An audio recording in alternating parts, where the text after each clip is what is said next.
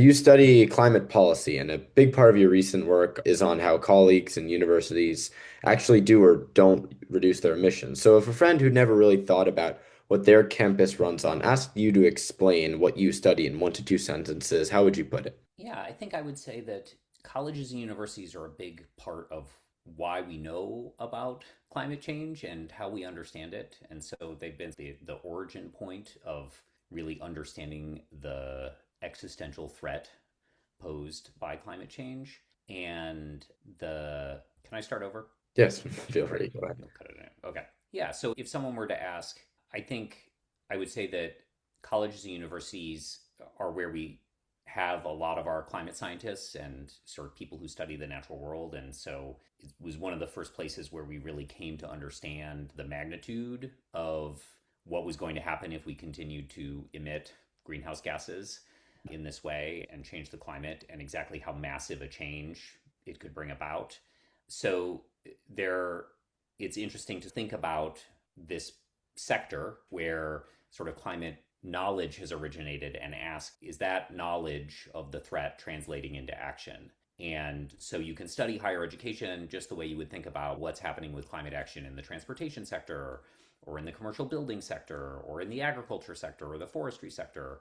And it's not a small space for two reasons. One is I think that in many communities, colleges and universities are major landmarks and players in the community, so they can help set the tone for how we're thinking about these kinds of issues.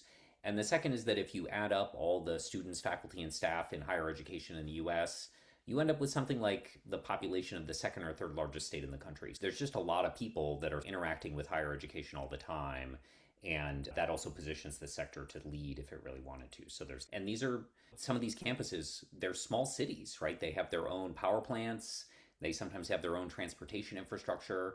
And so, because climate action involves everyone everywhere, colleges and universities are a part of this sort of national and global effort we need to take, and one that I think has been a little bit understudied. Yeah, so you got your PhD at Princeton studying nitrogen fixation in tropical forests. Then you went to the Obama and Biden administrations working on a lot of climate policy. Now you're back in more so academia. So was there a specific moment that pulled you from ecology into the policy world, and is that pull still there in some degree? Yeah, I think the pull happened gradually over time, but I have a very distinct memory. So I did my PhD. My field site was a small island in the Panama Canal called Barrow, Colorado Island. It's run by the Smithsonian actually as a field station. It's a place where all kinds of world-class ecology research happens. And among the systems, they have an automated telemetry system that had these towers up in the forests. And I was up in one of these towers and I was looking over this beautiful view of a tropical rainforest canopy. And I could see the edge of the nature monument because at the edge of the reserve, which was protected by an amazing force of game wardens, forest wardens, the you could see places where people had cut the forest down and where there were tree plantations. And it just got me thinking to the sort of limits of adding more science to the debate on climate change. So, as part of my graduate research, I've been reading all the sort of emerging science about climate change, and I couldn't think of a postdoc project where the science, I was going to do a study and then people would say, oh, now we should do something. It really seemed to me to be more of a policy and politics problem where we were stuck. And so I made this sort of conscious effort to go think about the system, and people were part of the system. And so understanding the people part of the system meant understanding the policies that were in place and how people change them and those kinds of things. And I think the pleasant surprise for me was that as a scientist, these sort of problems that you have to solve in the policy space are just as complicated, if not more complicated, than the problems that I was studying in the rainforest. And so the policy work is both intellectually really satisfying, but also has the potential to create real meaningful change in the world. And I think that the sort of combination of that intersection continues to be really powerful for me. Yeah, so a part of your research found that while the is happening across higher education, the schools specifically chasing the quote-unquote carbon neutral label tend to rely on offsets and renewable energy certificates, rather than actually electrifying buildings and switching to this zero carbon energy. Can you explain what's going wrong with how carbon neutrality works in practice and why that label's a little misleading? Yeah. So I think the first thing I should say is that we've had this sort of carbon neutrality label for a while now, 2 decades or so. And I think it was a good idea at the time. It was rooted in this atmospheric science concept, which is that if we want to stabilize temperatures, then the net change in emissions from year to year has to be zero, and so the any sort of additional emissions have to be balanced by removals, this sort of net zero concept translated into this idea of carbon neutrality. But I think what we've learned since then is that in the process of taking this scientific atmospheric concept and mapping it down to individual institution actions, we're treating every climate action as interchangeable, right? Like anything that might be worth a ton is the same as any other kind of action. And we know from the research that's not the case. And so you can sort of, and the sort of challenge with carbon neutrality as it's practiced is that there's very few schools in the country that are carbon neutral, but if a school says it's carbon neutral or that it's going to be carbon neutral, you actually can't really understand from that label what's happening underneath. And so you can imagine two schools, both of whom are claiming to be carbon neutral, and one of them is reducing their emissions by changing out fossil fuel infrastructure and replacing it with geothermal heat pumps that run on renewable energy and procuring new renewable electricity generation and really working hard to transform their campus into the kinds of places that we're going to need to have a sort of stable climate. So that could be one school, and then they buy some offsets for whatever the residual emissions are, and that could be one school that's carbon neutral.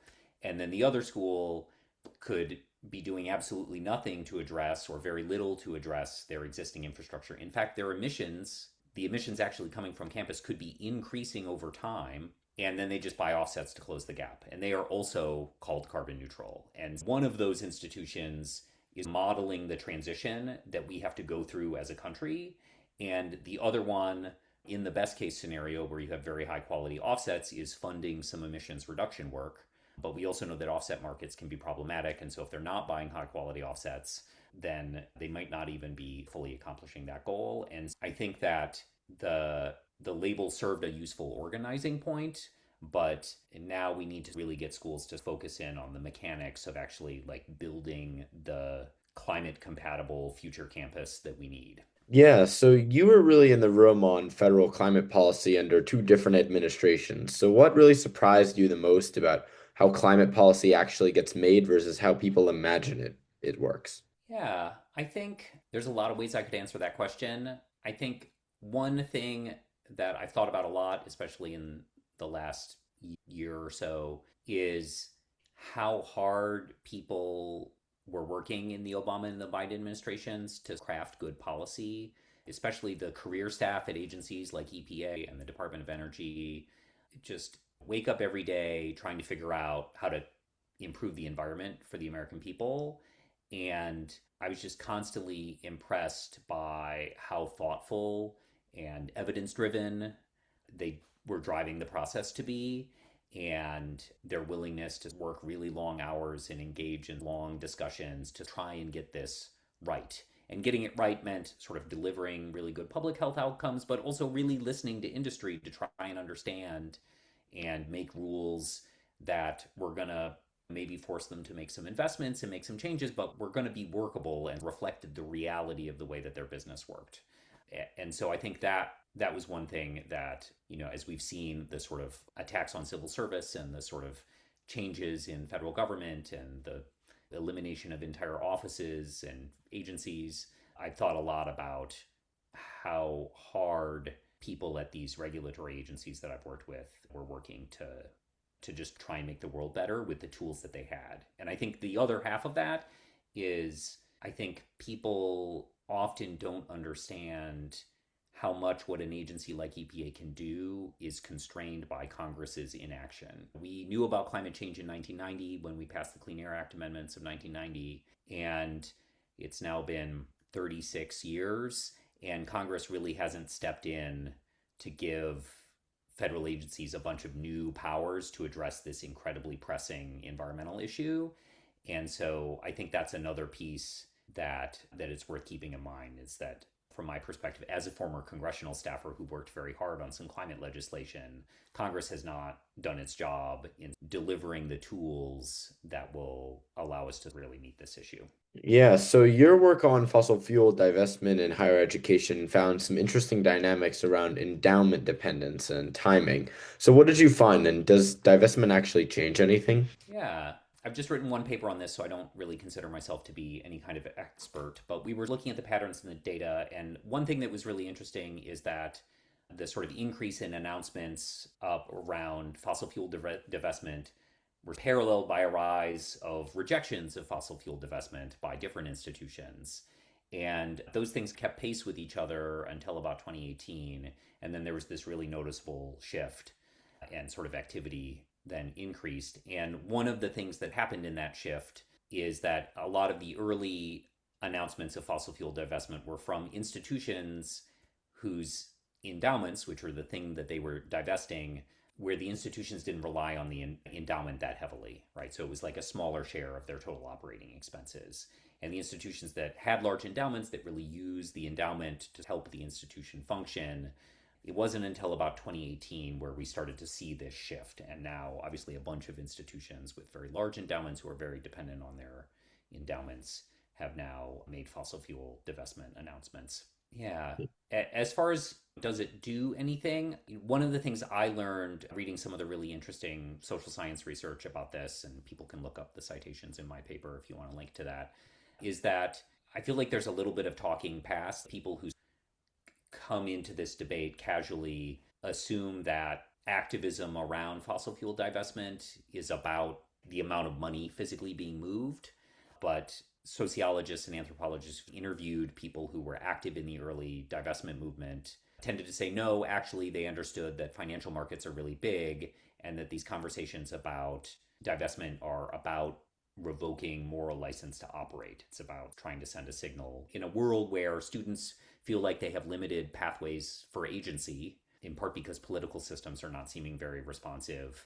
People are settling this on as a way to send a signal that, hey, we see a problem with sort of unrestrained growth in the fossil fuel industry, given the way that causes climate change. And so I think that's one lens to understand fossil fuel divestment. And another one that I think is relevant is that many of those early divestment activists then became active founders in the Sunrise Movement, which led to a big wave of sort of student and youth activism around climate in a way that I think really pressured a sort of series of Democratic candidates, including Joe Biden, to have more ambitious climate platforms that were also more inclusive and centered on environmental justice. And so I think that you could argue is also a legacy of this sort of fossil fuel divestment activism on campuses. Yeah, so on a scale from 1 to 5, 5 being the most urgent, how worried should the average person be about institutions, whether it's universities, governments, or corporations, etc., making these climate commitments that sound good but don't really deliver real emission reductions? It's hard to rank, but I would say somewhere around a four. There's a lot of things going on in the world in the democracy space and elsewhere for people to be very worried about right now. But I think it is problematic that in higher education, the median reduction that we've been able to figure out across all schools is only about 9% since schools started really tracking emissions back around 2007 or 2008, and that a third of the schools for which we have data have actually increased their emissions. And so I think the first thing that I worry about is that schools are not doing enough. It doesn't seem like they have a plan. Most of them do not seem like they have a plan that is working to reduce their greenhouse gas emissions. And so that to me is the sort of heart of the problem. And then I think on top of that is this layer that focusing on carbon neutrality can allow schools to avoid grappling with some of these really tough infrastructure problems that you can't fix overnight. And so I think that's a really important aspect of this. So I think people, students, and faculty and staff and alums of higher education institutions who care about this issue need to be asking these tough questions about what really is your plan to decarbonize your campus and when do you think that can happen and what are the changes and steps you need to be doing today and next week as you work on buildings and replace things on campus so that we can end up at that endpoint. Yeah, so what's one specific thing that a student can do at their own school that actually moves the needle a little bit on campus emissions and beyond just like recycling or turning off the lights? Yeah. So I think there's two parts to that, to answering that question. I think the first thing is that, you can think bigger than your own individual actions, right? Those matter, they have signaling value, but at the end of the day, we're not going to deal with the climate problem at the scale that we need to deal with it if we don't ask institutions to make changes. And so I think the first thing is just refocusing instead of saying, what can I personally do in my own life? Is say, hey, I'm here at this college or university. What are the big changes that they can make, that we as a community can make on the climate front? And so I think just that sort of pivot and engaging and putting your energy at trying to get maybe slower but bigger changes from the institution is a really important one.